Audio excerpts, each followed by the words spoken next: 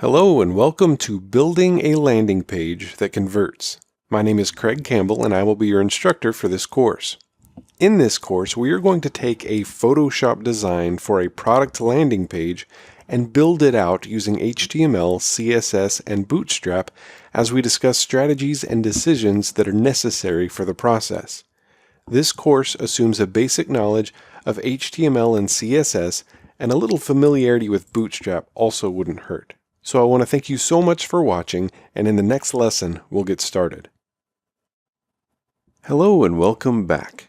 In this course, we're going to build a landing page starting from a Photoshop file. And I don't have the ability to share this Photoshop file with you in the project files folder, but that shouldn't be a problem because we're not actually going to be pulling any elements directly out of the Photoshop file. Instead, we're going to be using some of our own elements. But the Photoshop file, if you want it, can be found at Envato Elements. And I'll include a link to the Elements website in the course notes for this particular lesson. Now, if you're not familiar with Elements, it's basically a subscription-based assets library. So it's got a lot of website templates, product mockups, things like that. In this particular instance, we've got a Photoshop file that we're going to be using to build a landing page in HTML and CSS. And the great thing about Elements is, since it's subscription-based, once you subscribe, you have access to the entire library. You don't have to buy just one element at a time. And so in this lesson, I want to take a look at the Photoshop file that we're going to be using in this course. So the Photoshop file is very straightforward. One thing you'll notice right away is that it doesn't actually include the image assets that we see when we look on the website itself. You'll see these pictures of these cell phones and things like that. Those don't actually exist in this Photoshop file. And that's okay because we really want to use our own assets for that anyways. The website we're building is obviously going to have different text and different images than what we see on the sample page anyways. So again, we're not going to be pulling any elements directly out of this Photoshop file, but I want to take a quick look at it. So it's a very clean design that we're going to be working with. Any of these graphic elements you'll see here, you'll see there's some icons down here. We're actually going to be using a different set of icons. We're going to use Font Awesome icons. The icons that we actually see here in this Photoshop file come from an icon font. And it's a free icon font called ICOFont, I-C-O-F-O-N-T, and you can look that up online. It's free to download for yourself if you want to use those. Instead, we're going to be substituting these with some Font Awesome icons. And the reason we're doing that is because we're going to be building this site using Bootstrap. We're going to be using Bootstrap as a front-end framework to give us a good head start on our HTML and CSS. And Font Awesome works really well with Bootstrap. So again, at the top we have a very simple menu bar, and then we have a few different major sections. Now, you'll notice there are a couple of fonts that we probably don't have on our computer by default. We've got this main font that we see in all of the headers, and if we go down to our text tool and click inside this heading, we can see that it's using the Roboto font, and you can actually find that for free on in the Google Fonts library at fonts.google.com.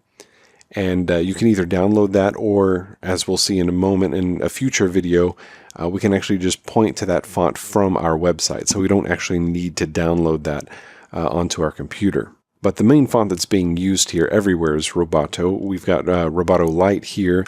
And then for the paragraph here, we've got Roboto Regular. There's also medium and bold and italic that are used. But for the most part, it's all using that font. And so that's the only one we'll really need to worry about. We'll worry about a few different weights of that Roboto font, but that's the one we'll be using. So we've also got this wave in the background here. We'll get to that later on, but I actually created my own asset for this that's more of just a kind of an arch that goes across instead of this wave. I like the arch better, so it just keeps it a little simpler. So we'll be using that. But again, we just see a lot of different sections that kind of highlight the kind of things you might see on a landing page. Now, we're not going to get into a lot of detail on what constitutes a really powerful landing page, but we will, as we work through this file, we will kind of point out as we go along some of these different sections and how they can contribute to the success of your landing pages. So that's the basic Photoshop file that we'll be working with. Again, as we move forward and start building this out, we'll talk about how to take a high-level approach at first as we're building out the main structure of our site, and then we'll start drilling into some of the details. So thank you for watching, and we'll get started in the next lesson. Hello and welcome back. As I've mentioned before, we're going to be using the Bootstrap framework to give us kind of a head start on our HTML and CSS because it provides a lot of nice defaults, but it also gives us this really nice grid system that we can build our site around. So if you go to the Bootstrap website at getbootstrap.com, you'll notice that right now, at the time of this recording, Bootstrap 4 is still in beta. So because of that, I'm still going to use version 3. So on the Bootstrap homepage, if we click on the drop-down menu here and go to version 3.3.7, that'll take us to the version that we're going to be using in this course. Now, if you click on the Download Bootstrap button here, it gives us a couple of CDN links for Bootstrap. Here's the CSS file, here's the theme CSS file, which we're not going to be worrying about here, and then here's the minified JavaScript file for Bootstrap. Now if we scroll down a little further on this page, or if we come over here to the right, you'll see a link that says Basic Template, and if we click on that, it'll scroll us down to this HTML template here, which includes Bootstrap as well as jQuery. Now the Bootstrap JavaScript requires jQuery, so we need to make sure that we include jQuery before we include Bootstrap. And then up here near the top is the minified CSS file. Now this minified CSS file, as you can see here, is not using the CDN, so we'll have to change that, but I do want to use this basic HTML as our starting point. So I'm just going to copy that, and then I'm going to jump into my File Explorer, and you'll notice I've got this project files folder open to a folder I've created called Site 001. So if you open up your project files folder that comes with this course, then once this video is over, you'll see everything in Site 001 that I'm going to be adding to it. You'll notice that there's already a CSS folder and an images folder. And in the images folder, we have a number of different assets that we're going to be using in this course. And you'll notice there's this little license.pdf file, which explains the license for these images. And then I'm going to jump back out to our Site 001 folder. And in fact, I'm going to jump out to the project files folder, and I'm going to right click on Site 001, and I'm going to be using Visual Studio Code as my code editor in this course. Now you can use whatever you want. You can use brackets if you prefer. I'm just going to be using code because it's kind of what I've been using lately. So I'm going to open this with code, and that opens the entire folder for us, not just a single file. And I'm going to drag this over. And you can see that our folder is open because we can now see our CSS and images folders here, and we can expand those out. There's nothing in our CSS folder yet. But inside our main folder here, I'm just going to click on this icon to create a new file. Or if you're just creating your files in File Explorer, that's fine. Just create a new text file. And I'm going to call this index.html. And inside that index.html file, I'm just going to paste all of the code that we copied from Bootstrap. Now we're going to have to change a couple of things because our CSS for Bootstrap and our JavaScript for Bootstrap are currently looking for local files.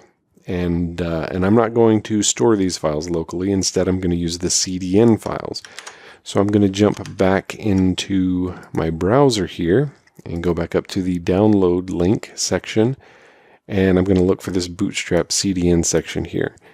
And so here's our bootstrap.min.css. This is the style sheet we need. So I'm going to copy that whole link tag here. And I'm just going to replace the link tag that I've got right here. So I'm going to take that and delete it, and then we'll just paste the one that we copied, and then we need to replace this script tag down here. So let's grab that one, and delete it. And then we'll jump back in our browser and grab this script tag down here at the bottom, copy that, and then we'll paste that here as well. So now we're pointing to an external site that's hosting our Bootstrap files so that we don't need to worry about downloading them to our computer in order to get this to work. So now we can save our index.html file, and if we right click on index.html, I'm going to click on Reveal and Explore, and then I'm just going to double click on that index.html file to open it up in Chrome. And I've got Chrome set to full screen, which is why we're just seeing the text by itself, but at least we know that it's working now. We're not seeing any errors. If we hit F12 to open up our console, we can see that no errors are being thrown there, so everything looks good. And we can move forward. So that's our basic starting file that we're going to be using. And as we move forward, we're going to take a top-down approach and start laying out the main sections, and then we'll fill in the details later. So thank you for watching, and I'll see you in the next lesson. If you've never used Bootstrap before, then it would benefit you greatly to take a look at a beginner's Bootstrap course, or to at least read the basic documentation in Bootstrap to become familiar with it. Now, we're not going to be using everything within Bootstrap. In fact, for the most part, we're really only going to be using the grid system and a few elements such as buttons and input fields. But for the most part, that's really all we're going to be using. So if you just brush up on your knowledge of the grid system within Bootstrap, then that will get you most of the way there. Everything else you should be able to pick up just fine by following along with these videos. Now, just as a quick refresher on the grid system, remember that the Bootstrap grid system is a system of 12 columns. And when you're laying out your own website, when you're laying out columns within your own website, you're going to specify how many columns of that 12-column grid system you want each of your columns to span. So if you want a 2-column setup on your page, for example, and you want those columns to be equal width, then each of those columns is going to span 6 of the 12 columns of the Bootstrap grid system. So all of these columns are going to be contained in divs with a class of row, and these rows are going to be contained in a div with a class of container. Now these containers have a fixed width, and that's what's going to constrain your the width of your content to a certain area of the browser, and by default that's going to be centered in the browser. Anything outside of a container is not going to be constrained. So if you put something outside of a container when you're using Bootstrap, then whatever is outside the container is going to reach the edges of your browser window. But everything inside the container will be given a fixed width. And then each of our columns, we're going to use classes such as this one here, for example, COLMD4. This is telling us that with a medium-sized browser, that's what the MD is for, this particular column is going to span 4 columns of the 12-column grid system, which would be 1/3 of the width of the entire container. And so there are different labels here in the middle. So we have COLMD for medium size and larger, but we could also use COLSM for a browser at a small width. There's also XS for extra small.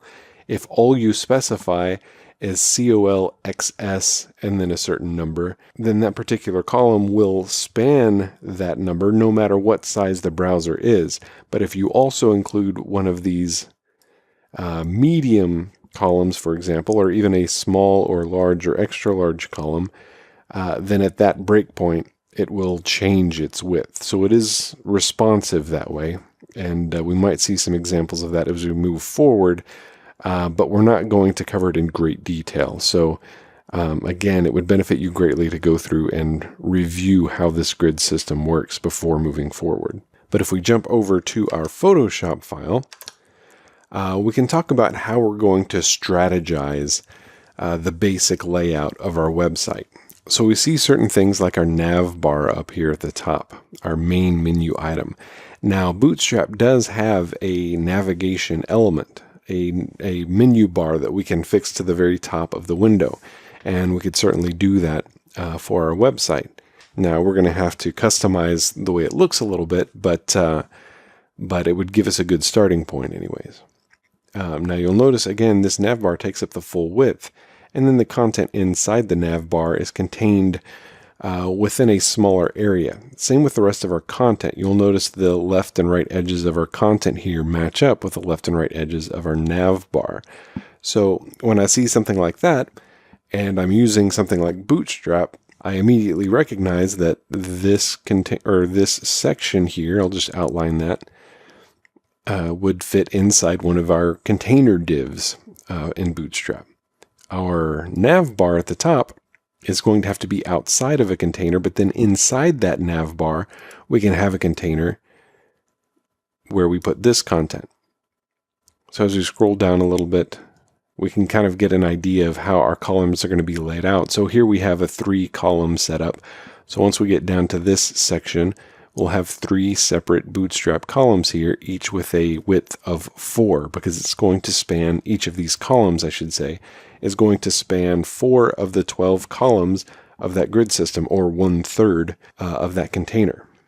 So we can scroll down a little bit further, and here we see a section that takes up the full width of the browser window. It goes all the way to the left and right edges, so we'll talk about how to tackle that once we get there.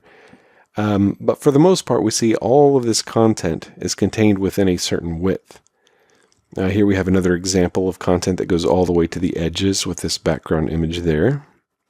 And we have a couple of these blue sections here that extend all the way to the edges.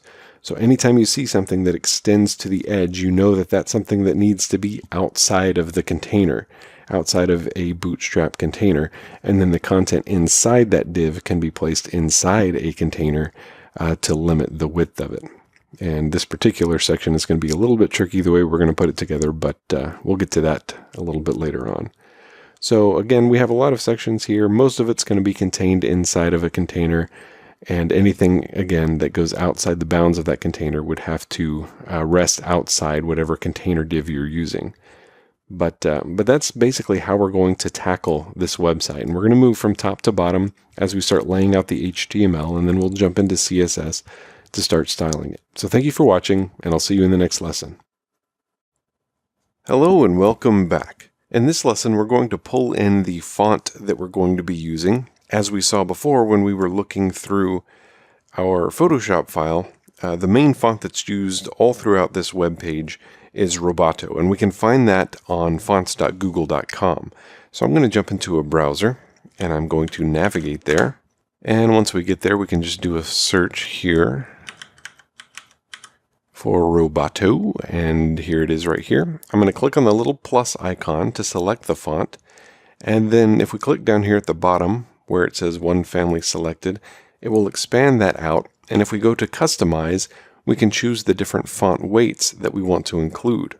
So I want to include 100, 300, 400, and 900. That should get us everything that we need. So once I've got all 4 of those selected, we can go back to the embed tab here, and it will give us the embed link that we need to use. So I'm going to highlight this link tag, and then we're going to copy it, and I'm going to jump back into File Explorer here. We ended with Site 001 in our last lesson inside the Project Files folder, and for this particular lesson we're going to start where we left off, but I'm going to create it as a new folder, so I'll just copy and paste that one, and I'm going to change the name to Site 002. So all of the changes we make in this lesson, you'll be able to look at those changes in the Site 002 folder inside your Project Files folder. So I'm going to right click on Site 002, and I'm going to open that with Visual Studio Code. And here we go. Now I've got a couple versions of code open here. I'm going to close the older version, and now we just have Site 002 open. We can also jump into our Project Files folder, go into Site 002 and double click on index.html to open up this new version. Okay, so now let's jump back into code, and I'm going to go into our index.html file, and I'm going to paste our link. And you'll see here that we have a link for Bootstrap, so I'm going to immediately after that link paste the link tag that we copied here, and you can see that it includes all of the different weights that we're going to be using. Now, if you end up not using one of these weights, it's a good idea to go ahead and delete that weight. So if we never use 300, you probably want to get rid of that and one of the commas, obviously. That way it doesn't take quite as long to load those fonts. You only want to load the ones that you need. Now, we're also going to be using Font Awesome in this course for some of our icons. So we can do another search here in Google for Font Awesome. And in fact, I want to do a search for Font Awesome CDN. I want to find the CDN link that will get us there. And here we go. I'm going to highlight this and copy it. It should copy just when you click on it. And then we'll jump back into our index.html file, and we'll create another link tag here. So we'll set the href equal to the URL that we just copied, and then we'll set rel equal to style sheet. And there we go. So that gets us our link tags, and then I want to do one more thing here. I want to create a new file in our CSS folder, and I'm just going to call it site.css. And then I want to link to that site.css file in our index.html file. So right after our Font Awesome, we're going to create one more link tag, and I'm going to set the href to css/site.css. And that gets us all of the CSS that we need to move forward. So now we'll be doing all of our custom CSS inside this site.css file that's in our CSS folder. So thank you for watching, and we'll move forward in the next lesson. Hello and welcome back. In this lesson, we're going to start building out the overall layout of our web page in HTML. And you'll notice that I've taken our Site2 folder and made a new copy and called it Site03. So all the changes we make in this lesson will be saved in the Site03 folder. But if you're following along, you want to go ahead and open up the Site02 folder because that's our starting point. So if we jump into Photoshop, we can see our basic page design, and up at the very top we have our main menu here. Now, Bootstrap provides us a very easy way to create a nav bar like this up at the very top of the screen. And we're going to do that using Bootstrap. So if we go back to our browser and go to getbootstrap.com, and then in the upper right hand corner here, I'm going to change the version here to 3.3.7. And then if we click on the components link, this will take us to a page where we'll be able to look at the HTML for a nav bar. So if we scroll down a little bit, we can see some examples of a nav bar in action. So we have this nav bar class in Bootstrap, as well as this nav bar default class. And we're going to be using both of those, but then I also want this nav bar at the very top of our web page. And there's another variation on the nav bar. If we scroll down a little bit further, and we have this nav bar fixed top class. This is not the one we're going to be using, but this is a class you would use if you wanted that nav bar fixed to the very top of the browser window, and if you wanted it to stay there at the top while you scrolled down, so it would never leave the top of the browser window. However, we do want it to scroll up as the rest of our page scrolls. So I'm going to move down to this navbar static top class. That's the class that we want there. So the combination of these three classes, navbar, navbar default, and navbar static top, will give us what we want. It will give us a good starting point for our page. So having said that, I'm going to jump into our project files folder. I'm going to open up Site03 in Visual Studio Code. And then we'll open up our index, not our images folder, our index.html file, and we can get started. So we can take a look at this file if we want in our browser window. Right now, all it has is this hello world text in it, and we are going to change that. So let's jump back into whatever code editor you're using, and here's that h1 tag with the hello world text inside it. And also inside the head of our document, you'll notice that it says Bootstrap 101 template. I'm going to change that title because that title right now is showing up. If we were to take this out of full screen mode, you'll see that that's showing up in the tab for this particular web page.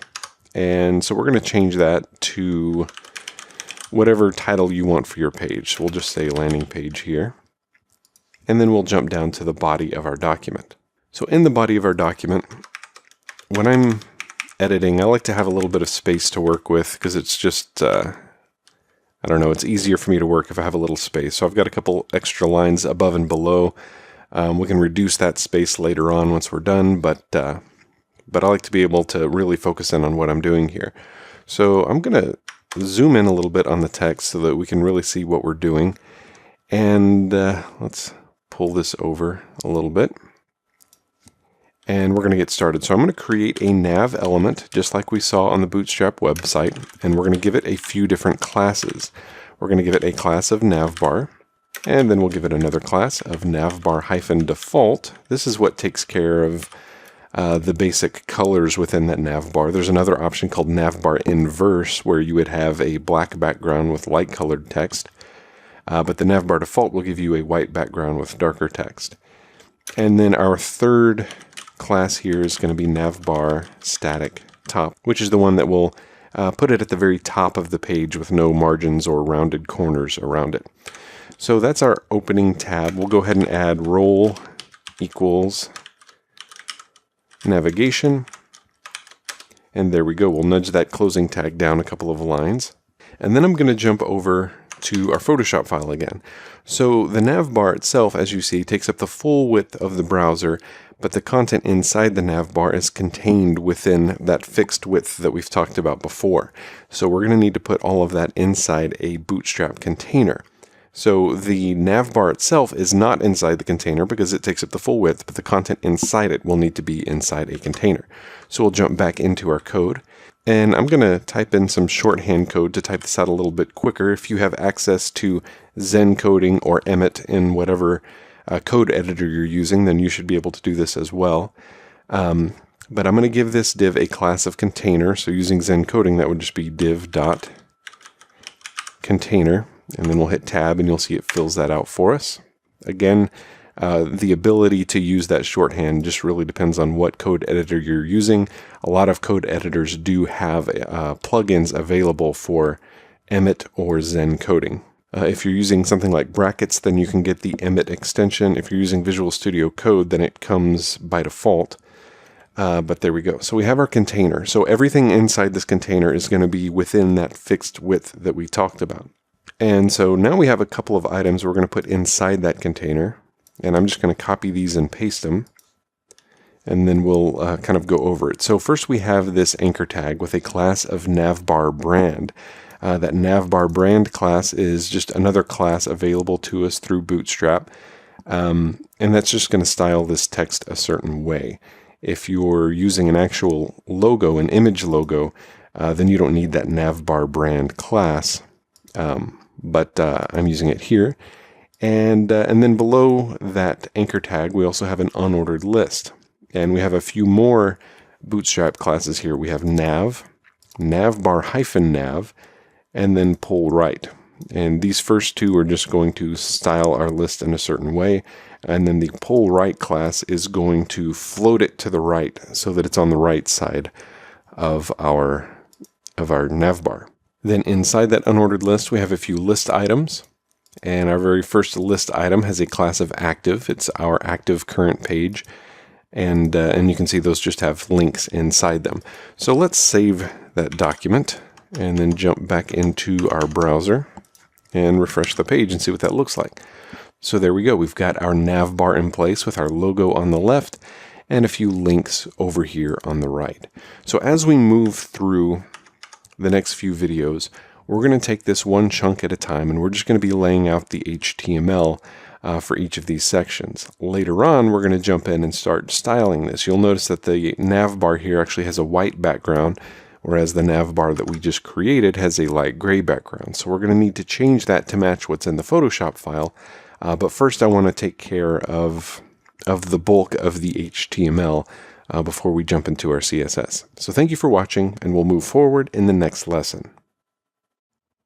Now that we've finished up the header, our nav bar at the very top of our site, We're going to move on to the next couple of sections.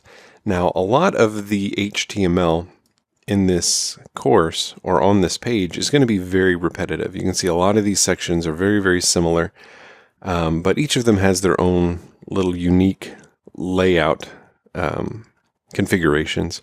So I'm not going to make you watch me type out every bit of HTML code for this course. Instead, we're going to talk about the overarching principles behind what we're doing.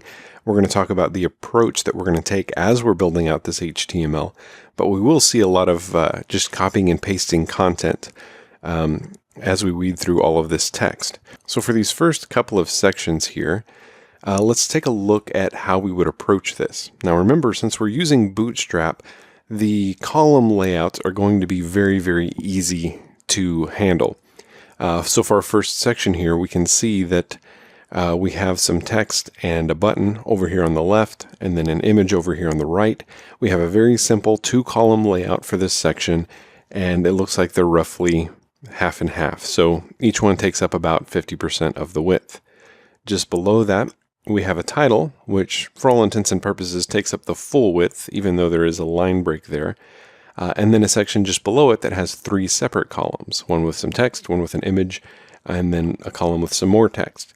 Now, when you're building a layout like this, it's important to know when to use Bootstrap and when not to use Bootstrap. So if we get down to this next section, we'll see that it extends out all the way to the edges, but there's also a dividing line in the middle, and we'll discover that Bootstrap probably isn't the best solution for this particular section, but we'll get to that one later. For now, let's focus on these top 2 sections.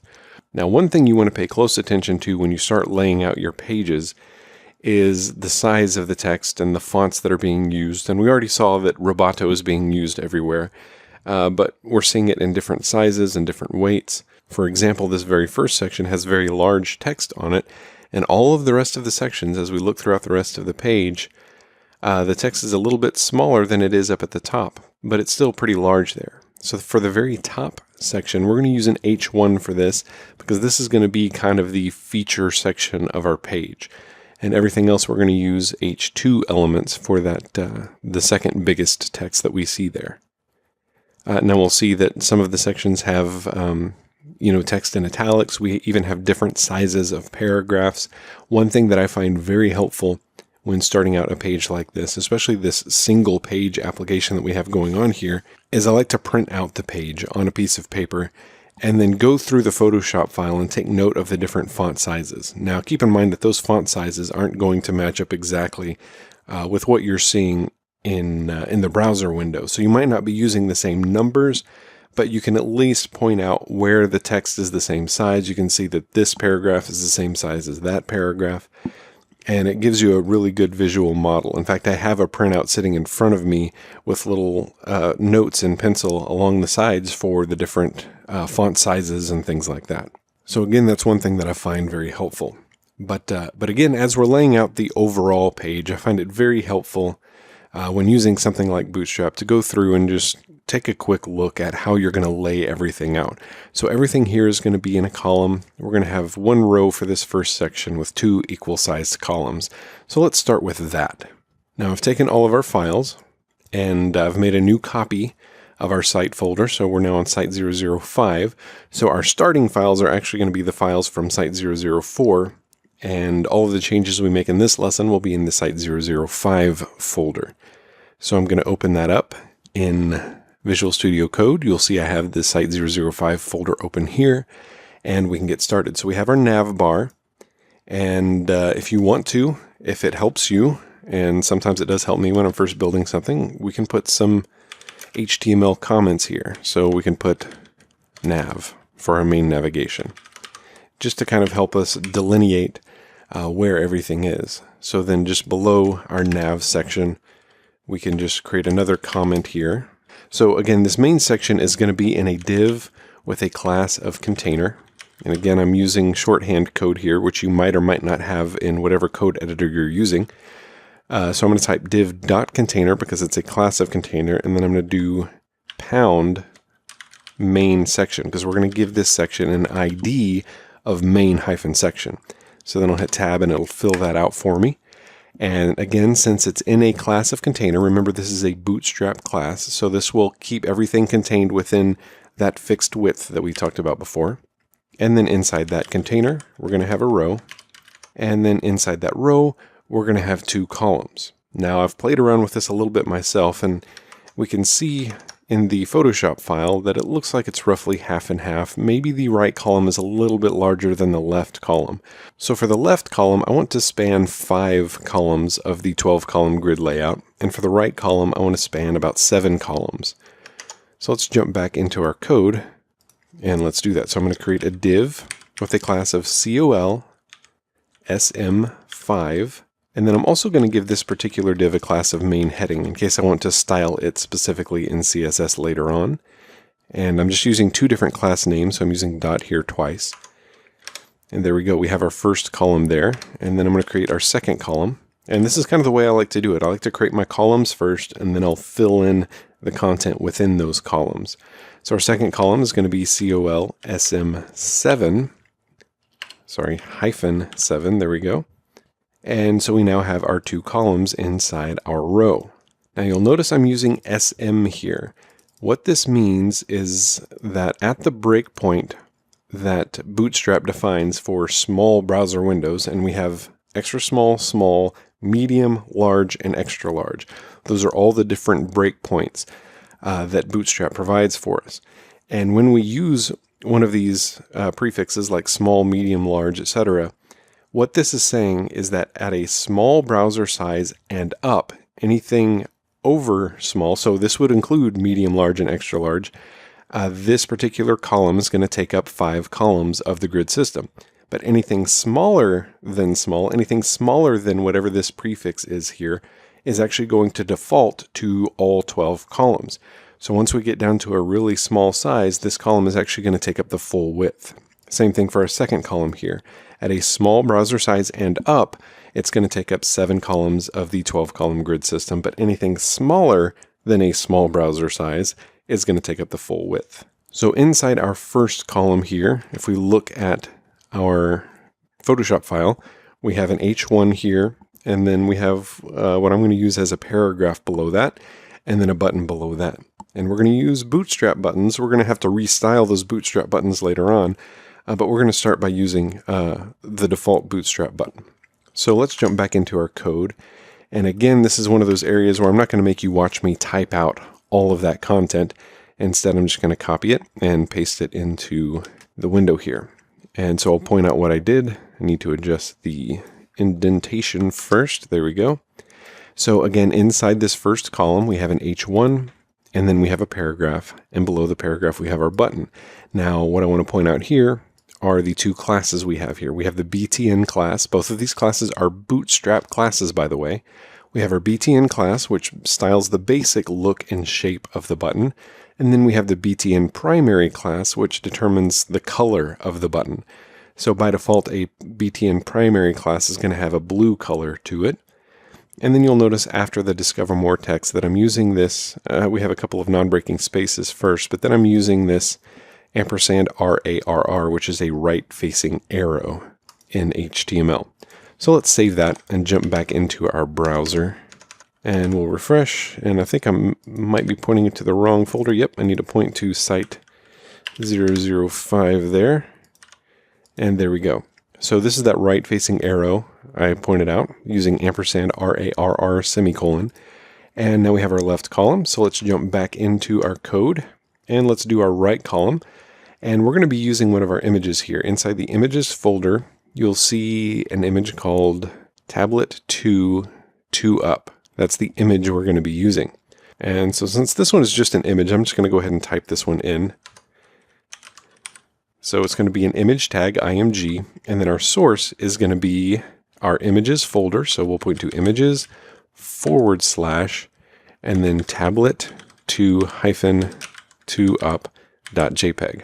And then for our alt text, we can put something in there as well. I'm just going to leave it blank for the purposes of this course, but you would definitely want to include some alt text there. And then I want to include a couple of Bootstrap specific classes here. If we were to save this as is and take a look at it in the browser and refresh, we see we have a huge image It's way larger than we need it to be. So what I want to do is I want to give it a class of img-responsive, which will change the width of the image to match the column that it's in. So if I were to refresh it now, we won't really see much of a difference because it's still fitting nicely within that column. And again, we can go through and change some of this in CSS later on. But keep in mind that this image responsive is you'll find yourself using it a lot in Bootstrap, because as your columns change size, if your images aren't responsive, then they will take up too much space. And so this basically makes it a little more fluid. And I also want to put a class in here of pull-right so that it will float to the right, so that you'll notice it moved over to the right a little bit. But this is so that when we do size it down a little bit and it's a little bit smaller, it won't be right up against this text over here. Instead, it'll be a little further off to the right. Now, even though this doesn't look just like the Photoshop file yet, we're still going to move on, because again, I want to get all of the HTML down before we start worrying about the CSS. So the next section, if we go back to our Photoshop file, it's a little more complex. So we have this first section, which is going to be an H2 element. You'll be happy to see our awesome features. And this one's going to take up the full width. And then we have a 3-column setup here with some HTML inside that. So again, this is going to be another area where I'm just going to copy and paste everything for this entire section. And then we'll talk about it and move forward. So let's jump back into our index.html page. And if we want to label this one with a section name, we can. So we'll call this one the Awesome Features section. And then I'm just going to paste the HTML for that section. So again, we have, starting that section off, we have a div with a class of container so that it stays within that fixed width. And we're also giving it an ID of Awesome Features. That way in our CSS, we can go into this section and style what's in this section specifically. So inside that, we have a row. This first row has a class of colxs12. That's the class name you want to use if you want your column to take up all 12 columns of the grid system, no matter what size your browser is. And then I'm also giving it a text center class, which is another Bootstrap helper class. And that class does just what you would think it would do. It puts everything inside that container, or it centers all the text inside that container, I should say. So inside that container, we have an H2 with a class of section heading. And that other class there is just so that we can style it a certain way. And then we have our text. And you'll notice we have a hard line break there in the middle of our text because we want to make sure that it breaks halfway. And then after that, we see that our column closes. We have our closing div for that column and then a closing div for that row. And then we have a new row after that. This new row has 3 columns in it. So each of these columns takes up 1/3 of the full width of the Bootstrap grid system, and 1/3 of 12 is 4. So we're using colsm4. If our browser size gets smaller than SM, then it's going to jump up to full width, and instead of being 3 columns, it'll just be 3 sections stacked on top of each other. Now keep in mind when you're using Bootstrap, we're not going to really get into resizing our browser and handling breakpoints in this particular course. Instead, we're just taking a look at the overall approach to building a page like this. But you want to make sure that when you're setting up your columns like this, that this middle section of your class here, the size of the column, that's going to usually take a little bit of experimentation.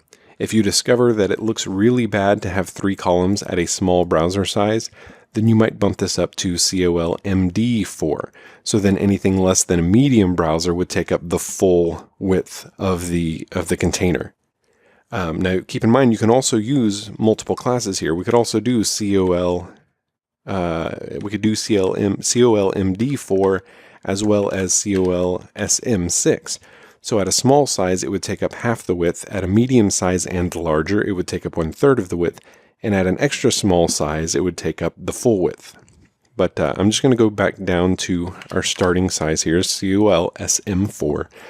And then we have a description list. And we've given this a class of new features. We'll explore this again when we do our CSS. But we have the word new, and then some text here. And then we have a paragraph below that, and a link. And then we have our middle column here, which just has an image in it, another image from our images folder. And then we have our third column, which is another definition list with a different ID, awesome features list. And we're going to do some special styling on this one later on so that we can get these bullet points that we have over here on the right side. But that's all of the HTML that we need for now for those two sections. So let's save our files and we'll move on with the next lesson.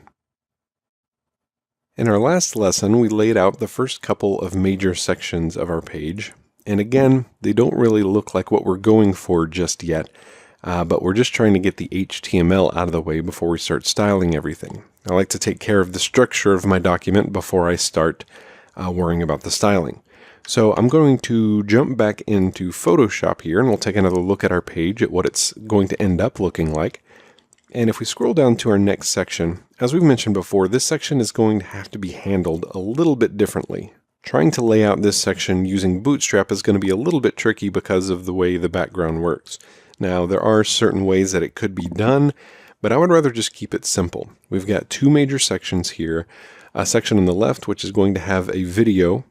And what I want to do with this is I want to put a background image on this particular section that spans the whole width and height here. So we're not going to see a gray background. Instead, we're going to see what would be a thumbnail of a video. And then when we click on the play button, maybe the user would have a modal that pops up and plays the video. Now, we're not going to actually build that video functionality in this course. We're just going to lay out the basic page. But then on the right section, that's obviously very simple. We're just going to have a blue background and some text. So let's jump into our code. You'll notice we have a new folder in the project files folder, site 006. So all the changes we make in this lesson will be saved there. And I've got that site 006 folder opened up in Visual Studio Code. So I'm going to scroll down a little bit. We have our main section, our awesome features section. And then after that, we're going to have our video section. So remember, this video section is not going to be inside a Bootstrap container. We're not going to use any Bootstrap for this particular section. Instead, we're going to lay this out in a little bit of a different way. We're going to have two columns, but we're going to create those columns ourselves, and we're going to do that using the Flexbox model in CSS. So for now, we really just need to worry about getting the HTML done. So I'm going to create a div here. And again, we're not creating a Bootstrap container here. So I'm just going to give this an ID of video-section. And inside that video-section div, we're going to have two separate divs that are going to represent our two columns, the video column and the text column. So our first column is going to be a div as well, and I'm going to give it an ID of video container, not to be confused with the Bootstrap container. And then after that closing tag for that div, we're going to create another div, and this one's going to have an ID of video description. So those are going to be our two columns, and then inside those columns, we're just going to have some basic content. So for our first column, all I really want, I'm going to jump back into Photoshop here, all I really want is this play button. And we're not going to use an image for that. We're actually going to do that using HTML and CSS. And the way I'm going to do that, let me just paste this code, is I'm going to create a link, an anchor tag, and inside that link, I'm going to use this HTML character here, which is ampersand pound x25b6 semicolon. And that's actually going to give us the play button. And you can do a search online for HTML special characters to see all of the options for that. But that will give us a play button. If we save this right now and jump into our browser and refresh and scroll down a little bit, you can see down here in the lower left-hand corner, we have a little play button there. Now, eventually that's going to be bigger and we're going to put a circle around it. But for now, that's all we need in the HTML. And then in our second column, we're just going to have some text. So again, I'm just going to copy and paste that text. We just have an H2 and a paragraph. So I'm going to paste that here, and there we go. So now we can save that again, jump back into our browser and refresh. And now we see our play button here and then our text down below it. Now, obviously, once we get into our CSS, we're going to lay this out a little bit differently. But as far as the HTML goes, that's really all we need for that section. So with everything saved, we'll move on to the next lesson. Thank you for watching. Hello and welcome back. In this lesson, I've cheated a little bit because I've already entered in all of the HTML that we're going to be talking about in this particular video. And the reason I've done that is because it's a lot of text and images. It's a lot more of what we've already seen. Now we are going to walk through the HTML so I can point out the thinking behind some of the decisions that I've made, but the HTML is already there. And you can find that HTML in the site 007 folder. And if we jump over to our browser, we can see the first couple of sections that we've already walked through together, but then below that we can see all of the new content that's been added below this video section here. So let's jump into Photoshop and see what this is supposed to look like. So the content that we're covering is everything below this video section here and above this blue bar that we see down here. So our first section is more text and images. So on the left of this first row, we have some text, and on the right, we have an image. The second row, it's just flipped around. And then we have a section below that with some buttons, some text, and then some icons down here. So let's scroll up and talk about some of the decisions we've made. Now, one thing you might notice, if we look here, we see a column on the left and a column on the right. But if we jump back over to our browser, let's see, here's our video section here. So this is just below the video section. Our two columns are not columns right now. We have our first column, which is this text here, is actually stacked on top of the image. And our second row as well, which has the image first and then the text, that also is not set up in columns right now. Now we have the sections below that are set up in columns, but you'll notice I did not use the Bootstrap columns with this first section. And the reason for that has to do with the way the content is arranged. Now this is something we'll cover again once we start styling this in CSS, but I want to bring it up now because you need to keep these things in mind when you're building out your HTML. You need to keep in mind what you will be doing in the future once you start styling it. So when I look at these columns, I notice something very particular. I notice that the text here on the left is vertically centered with the image over here on the right. You'll notice with a lot of sections you might have the top of the text aligned with the top of an image, and that's not the case here. Instead, it's vertically centered with that image on the right. And that's very difficult to achieve if you do it using Bootstrap columns. Instead, what we're going to do is we're going to lay out these two columns, as well as the two columns below, using the Flexbox model, just like we're doing with our video section. And using the Flexbox model, that makes it very easy to vertically center our content. So that's what's going on with these first two columns. So let's take a look at the HTML for those two columns. You'll notice I've got the site 007 folder open here, and I've included all of this inside this more info section.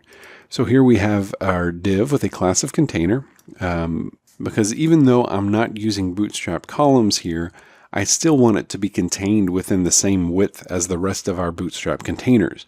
So I've included it inside a div with a class of container, but I've also given it an ID of more info. And then inside that div, I've created a div with a class of info row. Notice that this is not a Bootstrap row. Instead, I've created my own row class called info row.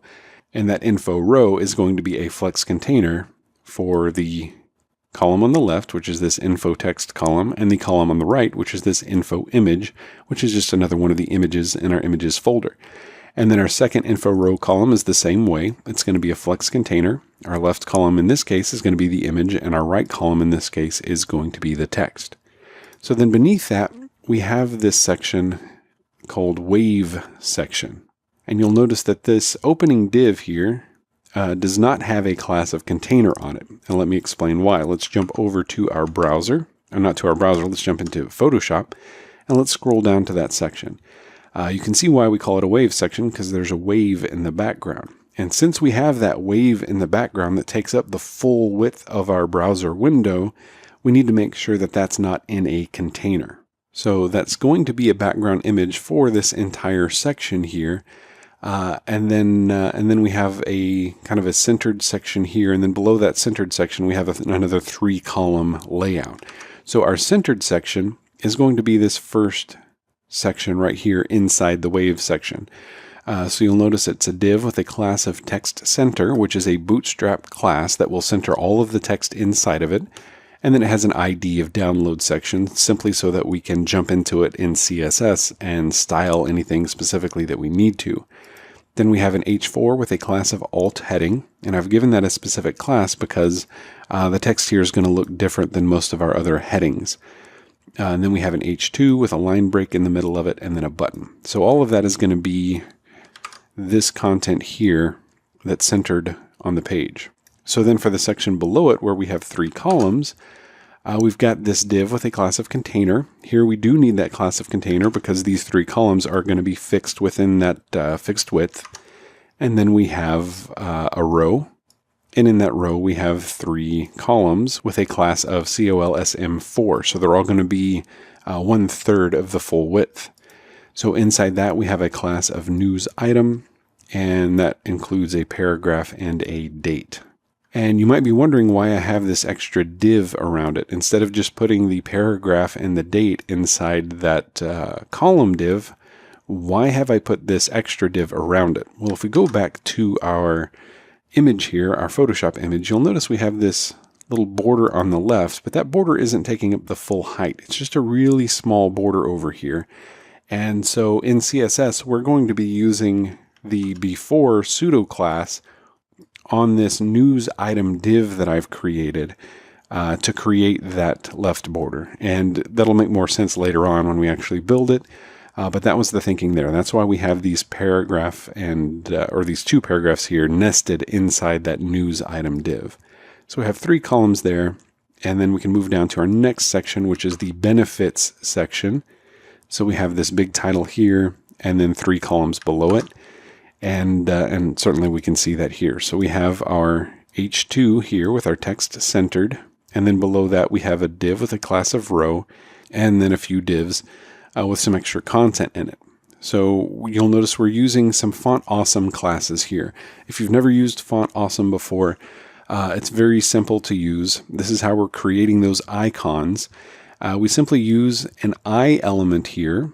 You'll notice we have an empty I element. It has an opening and closing tag, but with nothing inside it. And we've simply given it a class of FA, which means Font Awesome, and then a second class which specifies what particular icon we want to use. So here it's FA-lightbulb-O. And if we jump into our browser, we can see what those look like.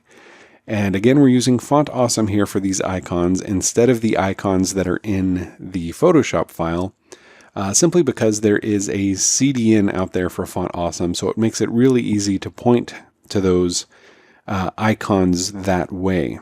And we've already seen how we included the link to that CDN in our HTML so that we can very easily access those icons. And if you want to learn more about that, you can do a search here for Font Awesome cheat sheet. And when you do that, the very first item there will take you to a page where it has all of the icons that are included with Font Awesome, as well as that class name that you would use to create that particular icon. So that's how we laid out the sections in between. Let's go back to our browser here. That's how we laid out all of the sections that come after the video section, but before that next big blue bar that we're going to talk about in the next lesson. Hello and welcome back. In this lesson, we're going to touch on a tricky little section, and it looks like a really, really simple section. And the tricky part isn't really going to be the HTML, but we're going to have to plan ahead for how we're going to handle this in CSS. Now, one thing I want to be able to rely on is the width of the Bootstrap container here. And what makes this tricky is that we have a darker shade of blue on the left and a lighter shade of blue on the right, which on the surface doesn't seem like it should really be that tricky, except that the colors are extending all the way to the edges of the screen. Now, I'm sure there are a dozen or more ways to accomplish what we're trying to do here, but I've chosen my own particular way to do it. So again, what makes this tricky is that we have these 2 separate colors for our background that need to extend all the way to the edges, but we still want to be able to rely on the Bootstrap container to limit the width of our content inside this section. So we're going to have the background outside of the container and the content inside the container, but we still need to figure out how to make those two different shades of blue work. And the method that I settled on for accomplishing this is to use a CSS gradient. And with that gradient, we're going to keep the same color through 2/3 of the width, and then we're very quickly going to switch to the second color. And that won't give us quite the effect that we're going for, but it will get us close enough to be able to finish off using a second method on top of that, which we'll get to when we jump into the CSS. But for now, we need to build out the HTML for this. So I've created a new folder called Site 008. Our starting files will be in Site 007, but all the changes we make in this lesson will be saved in the Site 8 folder. And we can take a look at our site so far. And what we're going to do next comes after this benefits section. So let's open up whatever code editor we're using, in my case Visual Studio Code, and let's open up index.html. So I'm going to scroll down past, or I guess towards the very bottom of our page, just after this last section we created. And this new section highlights a few facts or statistics about whatever this product is that we're advertising. So I'm just going to call this facts. And we're going to put all of this in a div with an ID of facts. And remember, this is not inside a Bootstrap container here because we need those blue edges to extend all the way to the ends of the browser, all the way to the left and right edge. But inside this facts div, we do need a container because we want the content inside the div to be inside that fixed width. So inside facts, we're going to create a div, with a class of container. And then the rest of this HTML is really straightforward. We're going to have a row. In fact, let me just go ahead and copy this. We're going to have a row here. And inside that row, we have a div with a class of COLSM8, which will take up 2/3 of the width. And then another div with a class of COLSM4, which will take up the other 1/3. And we've given each one of these their own class name here, just so that we can jump into them in CSS and style them appropriately. Now this first column over here on the left, let's jump back into our Photoshop file, and you'll see that we have a few facts here lined up next to each other. And the easiest way to accomplish this, if we're lining something along one axis, is going to be using the Flexbox model. We'll be able to space those evenly very easily using Flexbox. And then on the right, we just have a little bit of text, so we don't have to worry about anything special for that text. But for the most part, that's really all we need as far as the CSS is concerned. Let me save that file. And as always, we're going to see right now, when we refresh the page, that we don't have exactly what we're looking for yet. Here are those statistics. And then over here on the right is the text that's going to be on the lighter color blue background. So we see that one does take up 2/3 of the width, the other one takes up 1/3 of the width.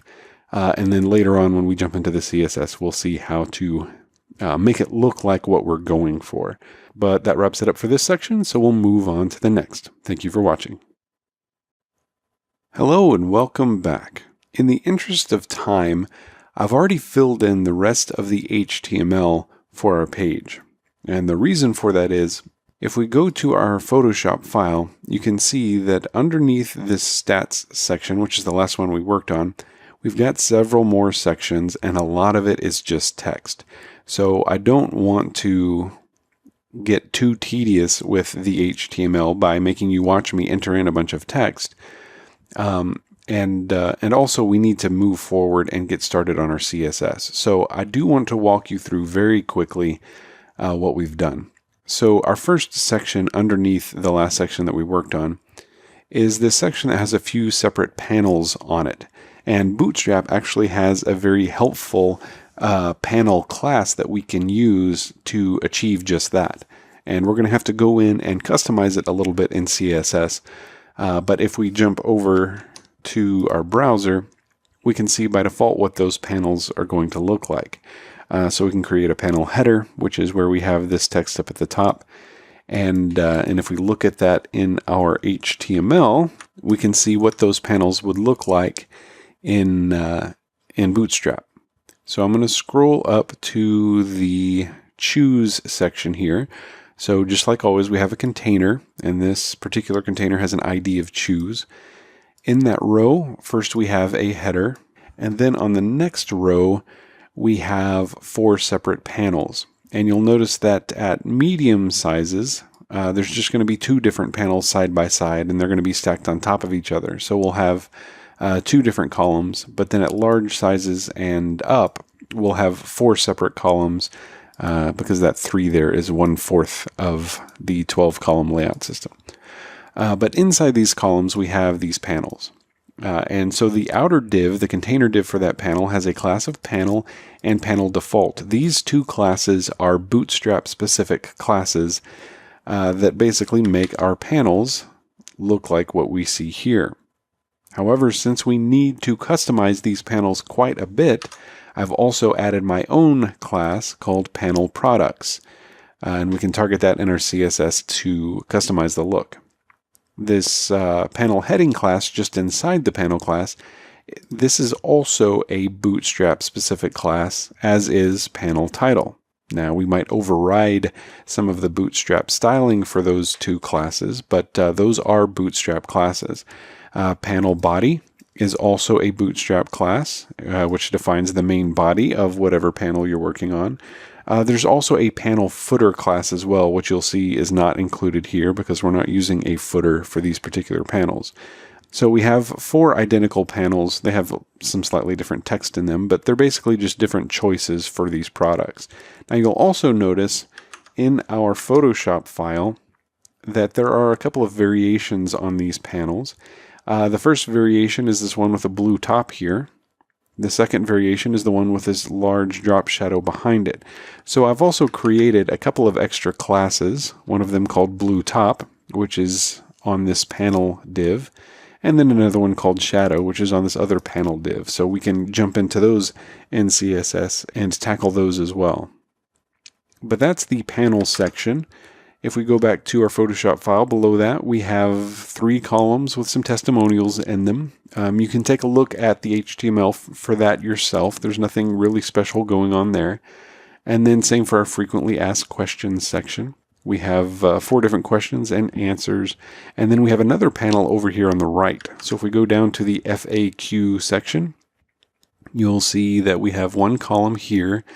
And then let's see, down here is our second column. And inside that we have another panel, and I've created my own class here called Panel Subscribe so that we can customize that one, give it the blue background, and change the button inside it as well. Below that we have this featured section where we just have a few different places where our product has been featured. We're going to use the Flexbox model again for this to line these up horizontally and space them out evenly.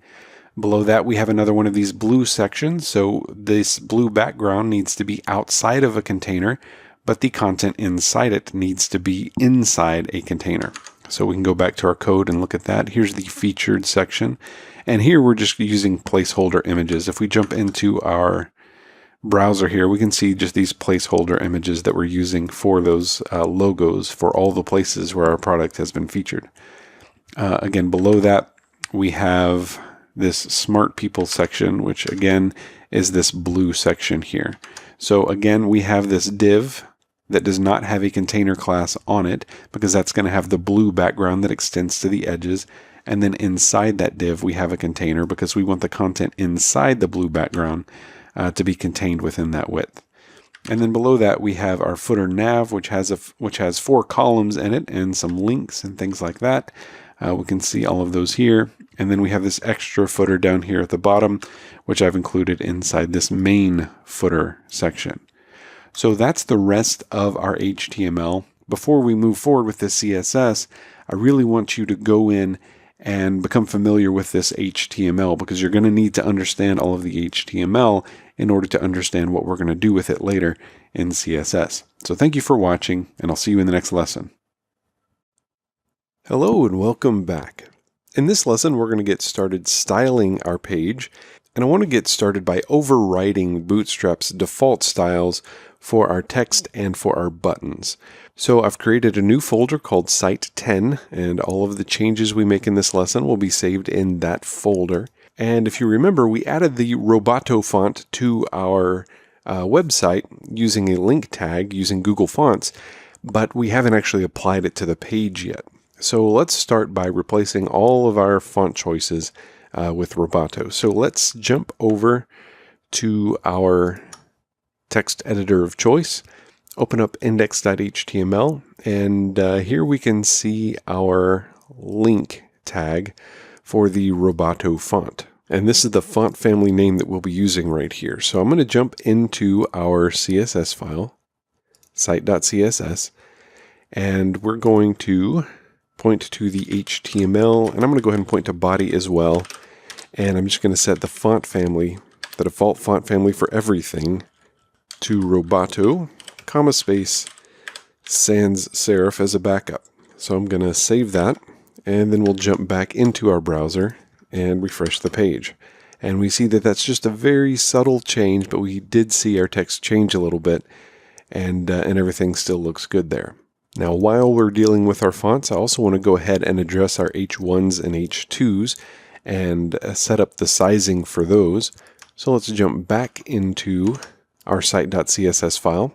And in addition to setting the font family for our HTML and body, I also want to set up the font sizes for our H1 and H2 tags. So for H1, I'm going to set font size, and this really just takes some experimentation to get it where you want it, but for this particular project, I want to set it at 58 pixels.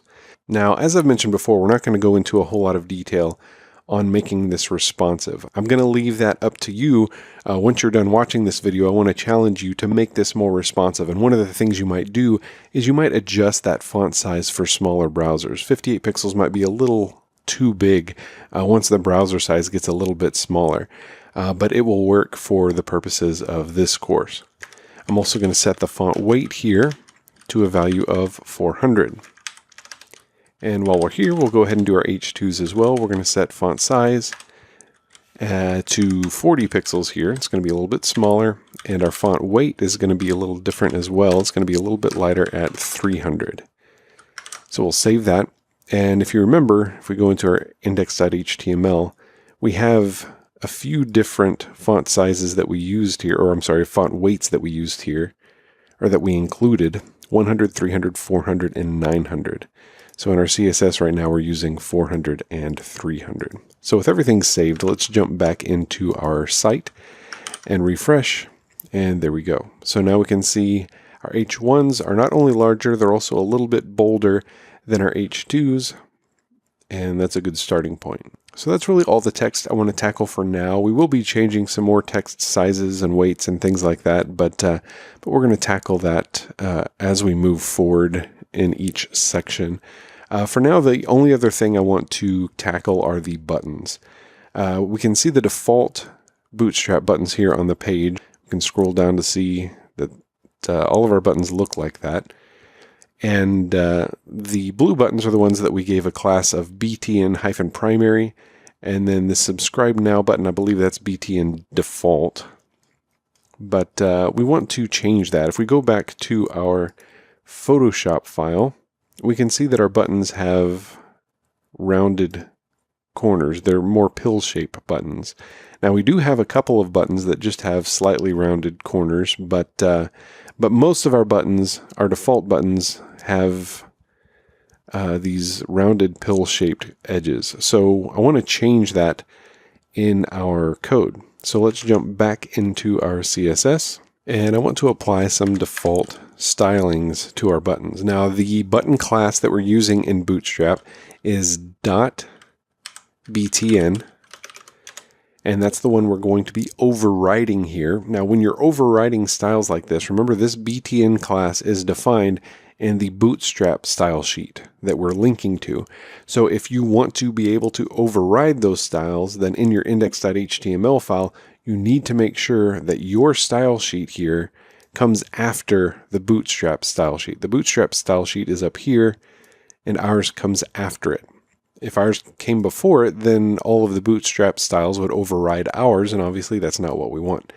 So let's go back to site.css, and for our buttons, I want to specify a height for these buttons first of all. I want to make them 63 pixels tall, and I'm going to set the line height to 63 pixels as well. The reason I'm doing that is because that will vertically center the text in our buttons by setting the line height to the same height as the button itself. Now also, in order for that to work, there's going to have to be 0 padding on the top and bottom of the button. Otherwise, it will have a line height of 63, but it will be nudged down a little bit, so it will no longer be centered.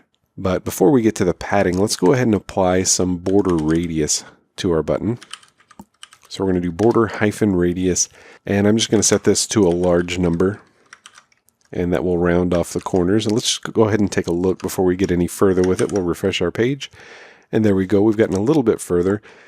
You'll notice that the text is not vertically centered right now because there is some default padding applied to these buttons in Bootstrap. So now we can jump in, and I also want to apply some padding to the left and right. Now that line height trick won't work if you have multiple lines of text inside your button, but if it's just one line of text, then that line height trick should work for vertically centering your text. Okay, so we have our border radius, and then after that, I'm going to apply some padding. Now I'm going to use shorthand here. I want to apply 0 padding to the top and bottom, so we're going to put that number first, and then the second number will apply to the left and right padding. I'm going to set that to 50 pixels.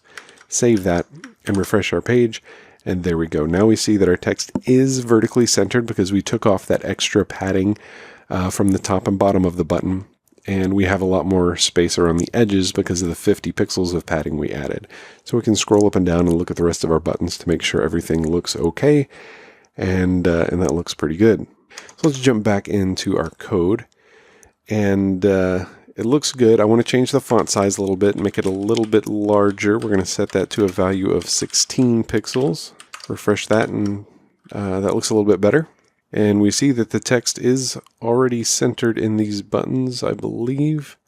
Yeah, everything looks good as far as the centering of the text. So that looks good. So then one more thing I want to do with the buttons is I want to style the color of the buttons. And I'm just going to copy some styles that I already have here and paste them in, and we'll take a look at them. So we have this button primary. Remember, this, if we go back to our browser, this dark blue color is the default color for the btn-primary class that is applied to this button. And we're simply going to override that default color. And we're doing that using this color here. This is 0090FF. Shade of blue, and we're also turning off the border, just setting border to none. And then for the hover, active, and focus states of that button, we're just changing that background color a little bit, making it a lighter shade of the same blue. So now let's save that CSS file, jump back onto our page and refresh, and now we get a color that's closer to what we see in our Photoshop file. So if you're using Photoshop here, you can easily get the shade of blue there by clicking here on these color palettes, and you'll get this color picker. And then if you hover over that button and click, then you can see the color value there. And there are several different shades of blue on this page. And in this particular instance, they're not all the same shade. So sometimes it's safe just to pick one color and go with it. And that's what I've done here. So that wraps it up for some of the basic styles I wanted to apply to our website. Things are already starting to look a little bit better. We obviously have a lot of really cluttered content that we need to clean up, but we'll get to that as we move through each section. So thank you for watching, and I'll see you in the next lesson. Hello and welcome back. In this lesson, we're going to get started on the nav bar at the very top of our website, and we're going to hopefully try to make it match our Photoshop file. If we jump over to Photoshop, zoom out a little bit, you'll see that this is actually a very simple nav bar with a white background, a gray border on the bottom, and then you'll notice the active link has this extra border at the bottom. And we're going to accomplish that. You'll notice that it doesn't take up the same width as the button itself. It's actually smaller in width than the button. So instead of setting it as a bottom border for the active button, I'm going to use the after pseudo class to create a little rectangle, and we'll fill in the rectangle that way. But first, let's just start with the overall nav bar. Again, it's very simple. It's just a white background with a gray border on the bottom. So let's jump into our code. And we've started a new folder, so all the changes we make in this lesson will be saved in the Site 11 folder. And here's our nav bar here. It's the section that starts with nav. We have the nav bar default, nav bar static top. Those are all Bootstrap classes. And we're going to override the nav bar static top class to give it a background color.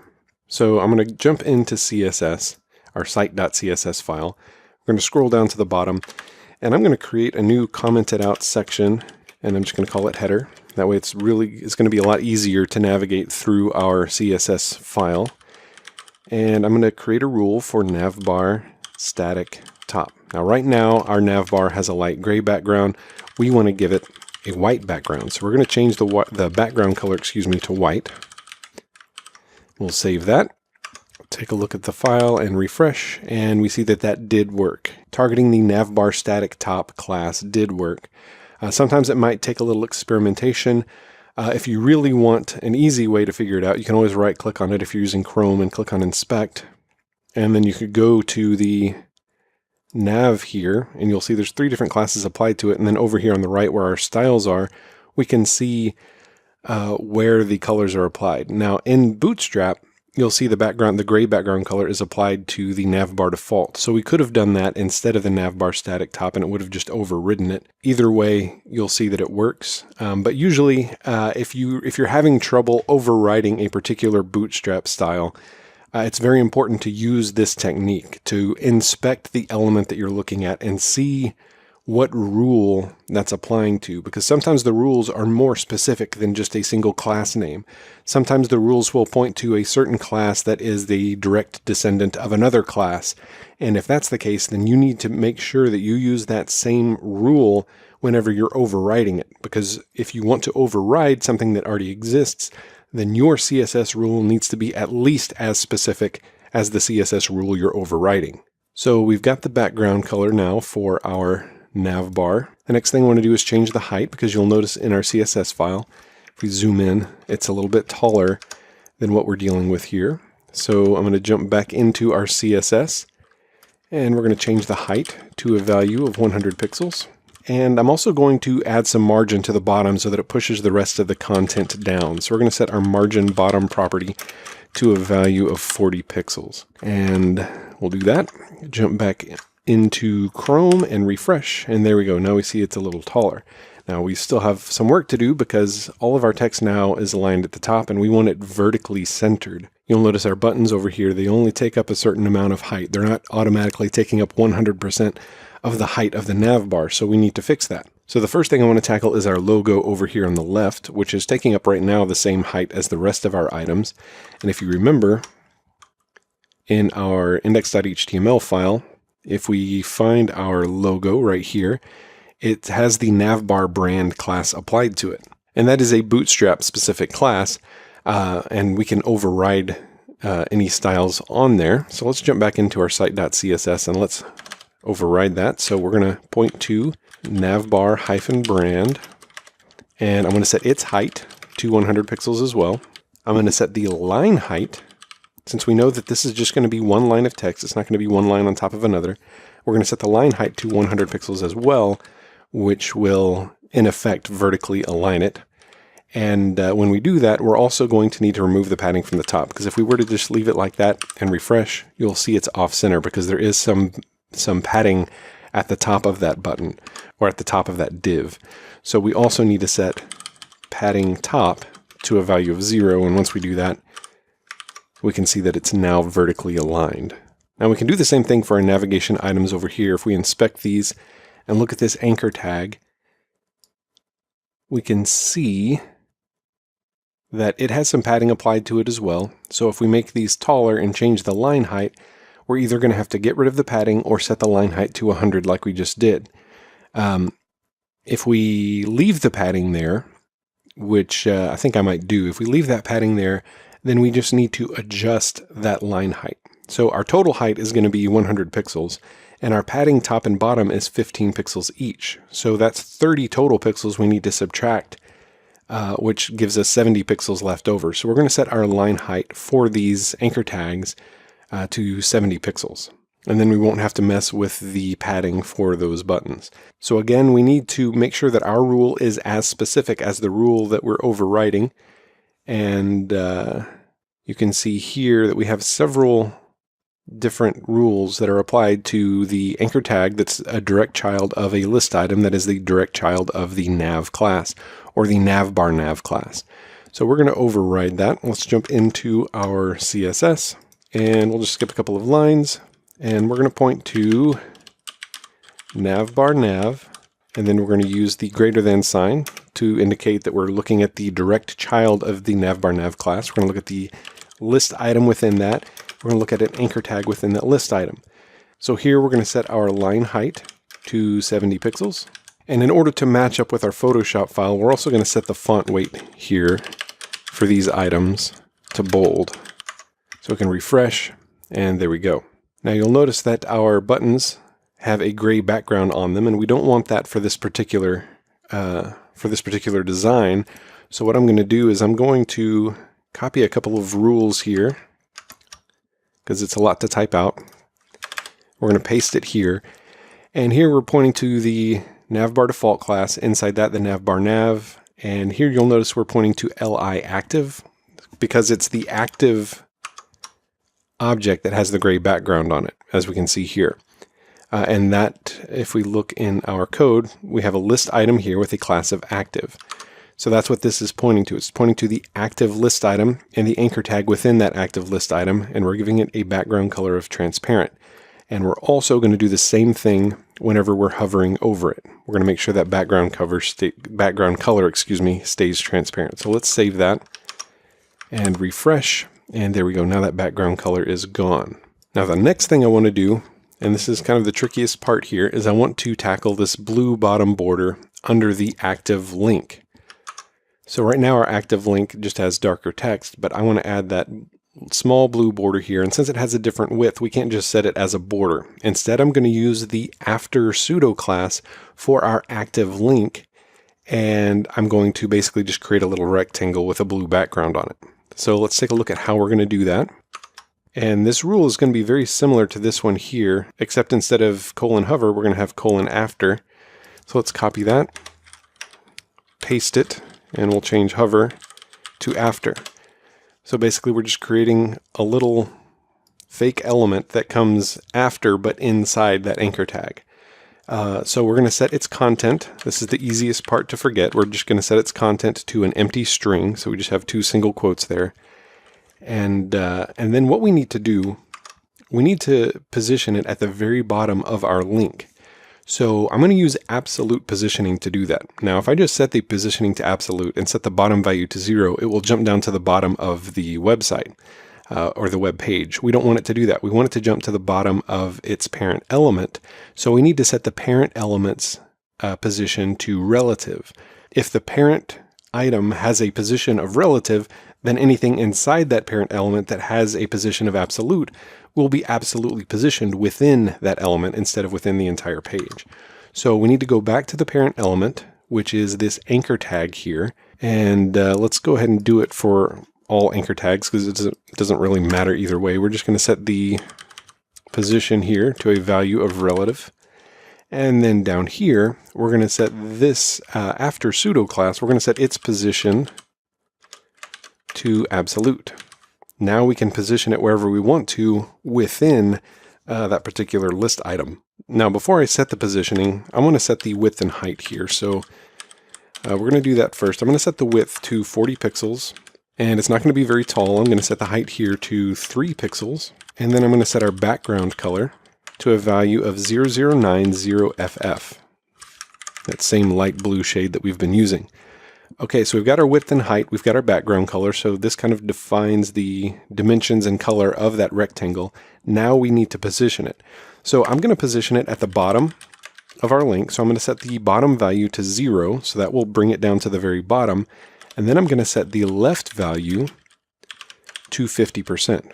Now that's not going to quite get us where we want, but let me go ahead and show you the result of that. I'm going to refresh. And what you'll see is that the left edge of that rectangle is at 50%. So the left edge is halfway across that button. So now what we want to do is we want to shift this to the left by half of its width, and that will get it centered under the welcome text. And so its width is 40 pixels, so we just need to nudge it to the left by -20 pixels. So we're going to use a margin left value for that. So we have bottom left, and then I'm going to do a margin left. And again, I'm going to give that a value of -20 pixels, and hopefully that will move it into place, and it does. So now, whatever list item we apply that active class to, if we were to just jump in here in our browser and just add a class of active to another one, you'll see that it will add that bar to the bottom. So as you're navigating through the different pages, you'll just assign the active class to whichever page you're on. Let me refresh that so that that extra rectangle goes away. And that wraps it up for our navigation bar. So thank you for watching, and I'll see you in the next lesson. In our last lesson, we ended up in the Site 11 folder. Now I've added some more CSS to our page, and so our starting point for this lesson will be the Site 12 folder, but all the changes that we make in this lesson will be saved in the Site 13 folder. So if you want to see the changes I've already made, I've basically styled up the next section here, this 3-column section, and you're welcome to go into the CSS for this awesome features section to see everything that was done there. The only thing I will point out is that these bullet points over here on this right column, those were created using a before pseudo element. So you can take a look at that to see how it was done, but since all of that is mostly text and pretty straightforward, I want to move on to this next section, which is this video section. Now the video section here is going to be done differently. Let's take a look at our Photoshop file. Remember, we've got 2 columns here that are going to take up the full width of the browser window. And so there's no real easy way to use a Bootstrap container class to create this. So what I'm going to do is I'm going to use the Flexbox model to set these 2 columns side by side.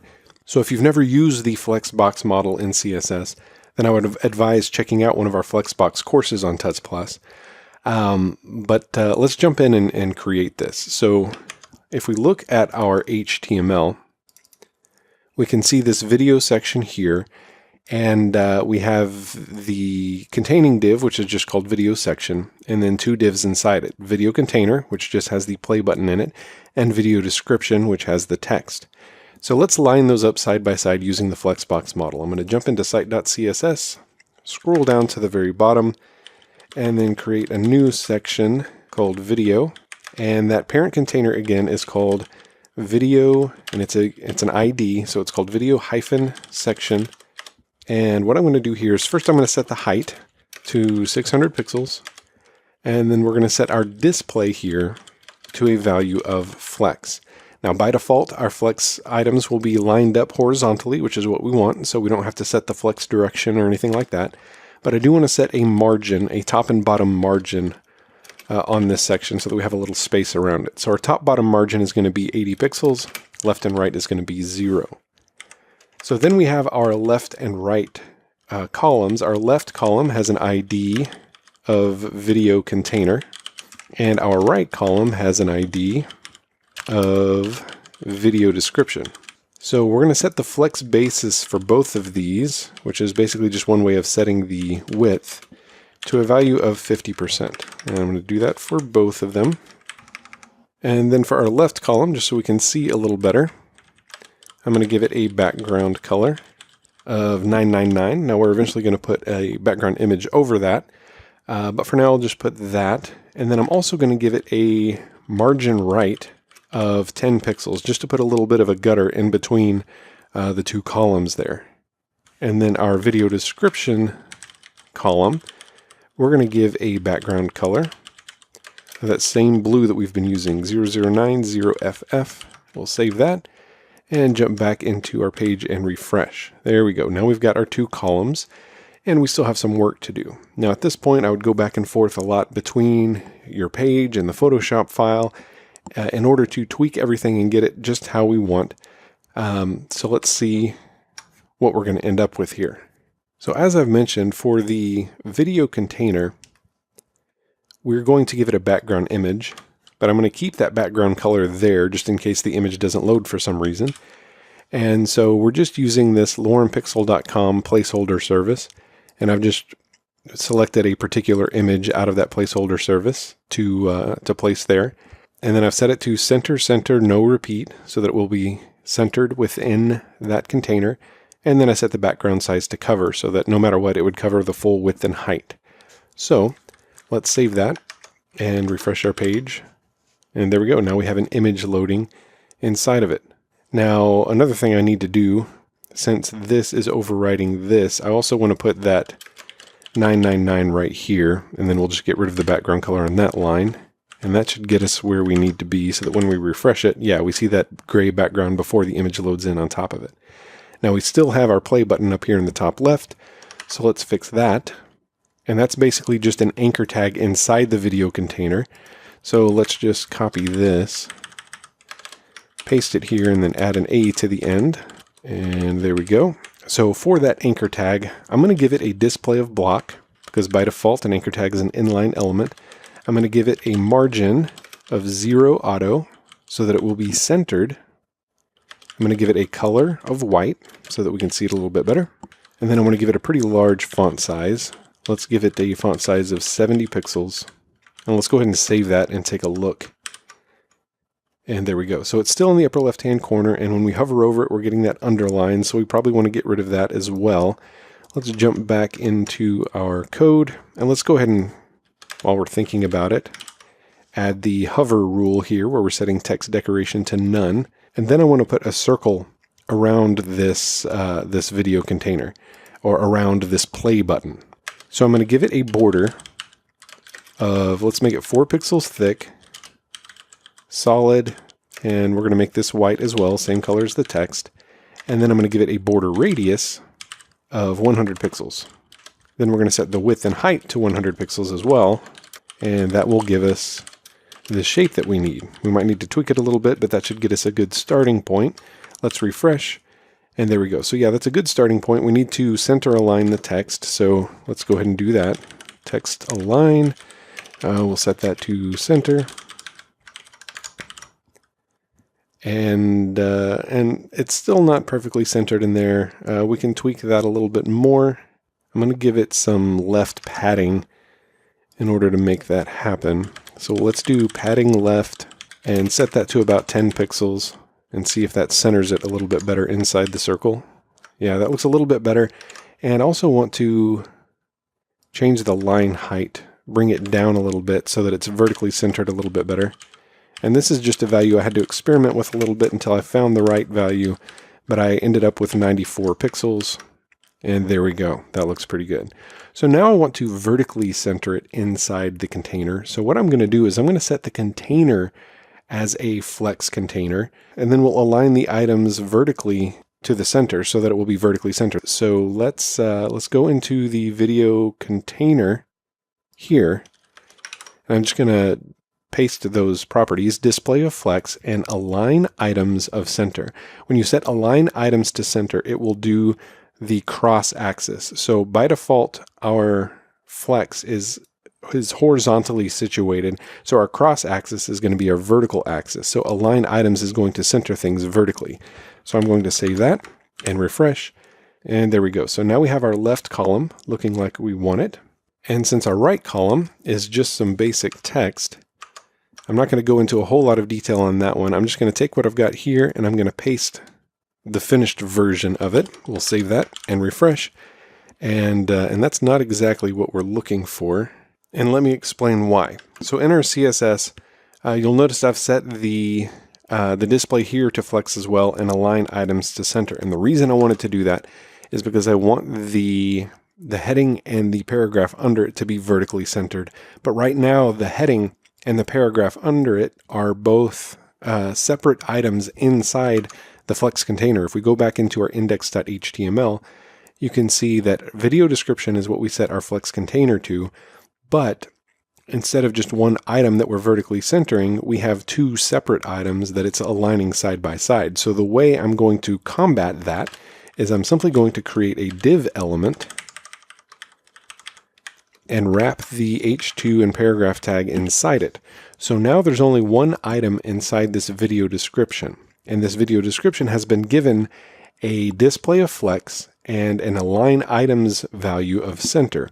So now this entire div will be vertically centered within that video description instead of each one of these items separately. So if we save that now and jump back into our browser and refresh, there we go. Now we have a heading and a paragraph, and that entire section of content is vertically centered. So that wraps it up for our video section. I'll see you in the next lesson. In our last lesson, we ended with the Site 13 folder. But again, I've already created some more of the styles for the next couple of sections. And you can open those up and view them in the Site 14 folder. And then all of the changes we make in this lesson will be saved in the Site 15 folder. So Site 14 will be your starting point, and then we'll end up with Site 15 at the end of this lesson. So if we look in our Photoshop file, we just finished this video section, and in the Site 14 folder, you'll notice that the following sections, including these two columns here, and this wave section, as well as this benefit section, those have all been completed now.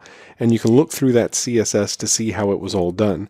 These two sections here, in fact, let's go over to our browser so we can see it a little bit better there. We'll scroll past our video section here. Let's zoom out a little bit. But these were created not using Bootstrap containers, but using Flexbox. And the reason for that is we wanted the images to be vertically centered with the text next to it. So Flexbox was the easiest way to do that. So each of these rows is a Flex container with two items in it. So you can look through the CSS and see how that was done. And then the next section here, you'll see we have some different text styles. We've got this background here, which, as you can see, it's different from the background in the Photoshop file. I've made my own background for this that you're welcome to use however you want. But if we look in our code for that section, we've got Site 15 open up here.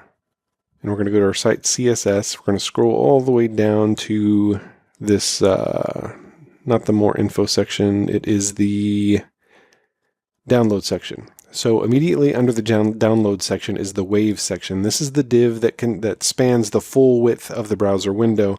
And here you can see there's a background, which is inside the images folder here. And that's how that was set up. And then we have this alt heading class on the H4. And then we have some special styles for the header and the button there in that section. And then under that we have our news section, which you'll notice we're using the after pseudo class here for, let's jump over to our site for this little item over here on the left. You can actually use the before or after pseudo class. I don't know why I chose after, but either way it would work because it's all being absolutely positioned within those parent items. And then under that we have the benefits section here as well. So you're welcome to look those over. But now we're going to move on to one of the trickier sections of the site, which is this bar right here. And again, the reason it's tricky, and we talked about this when we did the HTML, it's because we have this background that changes color halfway across, or 2/3 of the way across, and those colors extend all the way to the end. Now, if the background ended right here where the container ended, then it wouldn't be much of an issue. But since those backgrounds extend all the way to the end, we're going to have to do something a little trickier with it. But for this left column here, you'll notice we've got these 4 items lying side by side. We're going to use the Flexbox model to line those up. And as far as the rest of the text, it's pretty straightforward. The tricky part is just the background. So let's jump into our code and let's see how we're going to do this. So this is a new section. We're going to call it the facts section. And that particular section has an ID of facts, and it does not have a class of container on it because, again, that background needs to extend all the way across. So all of the text in here needs to be white. So we're going to go ahead and set the text color to FFF. And then for the background, we're going to use a linear gradient. And I'm just going to copy and paste this linear gradient over here because there's a lot of text there. So we've got a linear gradient, and we're going to the right. And at the left, at 0%, this is our background color, 0084FF. We've got the same background color at 66% of the way across, which is 2/3 of the way across. And then also at 66%, excuse me, we've got this new background color, the lighter color, which extends all the way over to 100%. The problem is, and we'll see it in just a second, is that that 66% doesn't line up perfectly with our Bootstrap columns. And we'll see that in a second, but first, I want to add a couple other simple styles to this facts section. I want to set the font size to a value of 12 pixels. It's going to be a little bit smaller than the rest of our fonts, and then we're going to put a margin around the top and bottom of this. So our top-bottom margin is going to be 60 pixels, left-right margin is going to be 0. So let's save that, jump back into our page, and refresh. And here we go. So we can see that 2/3 of the way across the page should be right here where these Bootstrap columns line up. So the way we're going to get it to line up is we've already got the left edge and the right edge where we want it. Now what I want to do is I want to take this second column here and just give it the ending background color. And that should extend this background color over here to the left, just left of where the text is. So let's jump back into our code. And if we go to our HTML and go down to that facts section, which should be almost halfway down, you see we have the facts section, then we have our div with a class of container, and then we have a row, and this row has Bootstrap columns in it. One is 2/3 of the width, one is 1/3 of the width, and it's this second column here that we want to give that second background color to, and it has a class of facts description. So let's go back to site.css, and just to save some time, I'm going to just paste that rule there. So we're setting the background color to blue, and I'm also adding some padding to that section. So let's save that, jump back into our browser and refresh, and there we go. Now that background color extends all the way over here as far as we need it. So now we've got that the colors set up like we need them. All that's left to do here is to set up our text. And since that's pretty straightforward, we're going to copy and paste the text, which is just a couple of rules here. And you're welcome to look through those rules to see how all of that is set up, but I'm going to save that and refresh our page, and there we go. Now again, this is probably a section that you're going to need to go in and make some tweaks to at different browser sizes, because I'm not sure how these over here on the left are going to look, but again, I'm going to leave that up to you as a personal challenge. So thank you for watching, and I'll see you in the next lesson. Hello and welcome back. I've gone through and finished up the CSS for the rest of our page, and I've stored all of that in the Site 16 folder. And then we have one more small thing we need to do, and all the changes we make in this lesson will be saved in the Site 17 folder. So the Site 16 folder will be your starting point, and again, Site 17 will be our final folder. So let's jump over to our browser and take a look at our page. So what was left was really pretty straightforward. Most of the remaining CSS just involved customizing these panels here. And I want to suggest that you go through all of that CSS and get familiar with how things were overridden, how things were styled here, and how we put these panels together. Also, take a look at the two variations that we created. Remember, in our HTML, we gave an extra class name to these middle two panels. One was blue top and one was shadow, I believe. And if we go into our CSS, under the choose section, you'll see that there is a rule for the blue top class. So any panel products that also has a class of blue top, the position is set to relative. And the reason we did that is because we created that blue top using the before pseudo class. So it's basically just a rectangle with the top left and top right corners rounded off, and it's got a blue background color. And so you can look through that, see how that was done. And then the shadow was really easy. We just put a box shadow behind that particular object. If we scroll down further, you'll notice there's a lot of custom styles here for the text and how everything is laid out there. So you can look through all of that to see how it all works. But once we come down to the subscribe section, you'll see we have the panel subscribe and all of the rules for that as well. So all of that customization is there. It's very straightforward as far as CSS is concerned. And a lot of it is overwriting Bootstrap styles. And as I've mentioned before, if you're overwriting a Bootstrap style, make sure you understand specifically what the rule is that that style is applied to in Bootstrap, and make sure that the rule you create is as specific, at least, as the Bootstrap rule that you're trying to overwrite.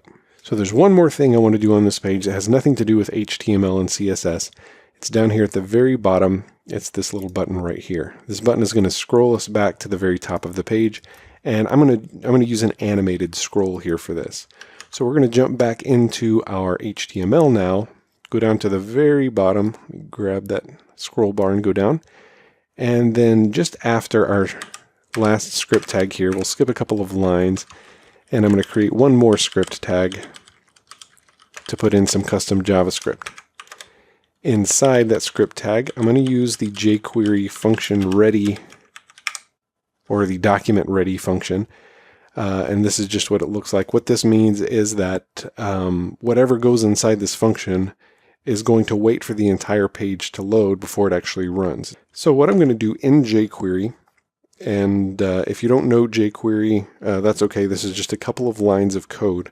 We're going to point to that button, and we're going to create a click event for that button so that when we click on it, we're going to animate the scroll top property of our entire window, of our HTML and body elements. We're going to set that scroll top to 0. We're going to animate it to 0. So the way we do that is using a jQuery selector, which is $ and then parentheses. Inside the parentheses, we have quotation marks. And then we're going to point to the button. And that button has an ID of btn scroll top. So since it's an ID, we're going to type #btn hyphen scroll top, which again is the ID for that button. And we're going to do a click event. So we're going to say on, and then inside parentheses and inside quotation marks, we're going to say click. After the closing quotation mark, we're going to do comma, space, function. Open and close parentheses, opening and closing curly brackets for that function, and then a semicolon at the end. Then in between those curly brackets, we're going to animate the scroll position. And the way we do that is, again, we're going to use a jQuery selector with $ parentheses and then quotation marks. And we're going to apply this to both the HTML and the body.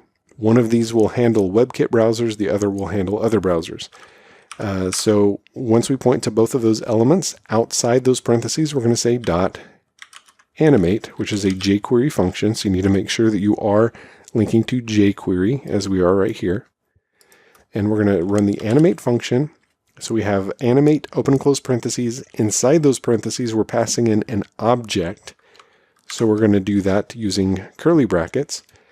And then we can type in the property and value pairs of the properties that we want to animate. And we want to animate the scroll top property, which is scroll and then top with a capital T, colon space, and we're going to scroll it all the way up to the top, which is a value of 0, and that needs to be inside quotation marks. And then we'll put a semicolon at the end of that line.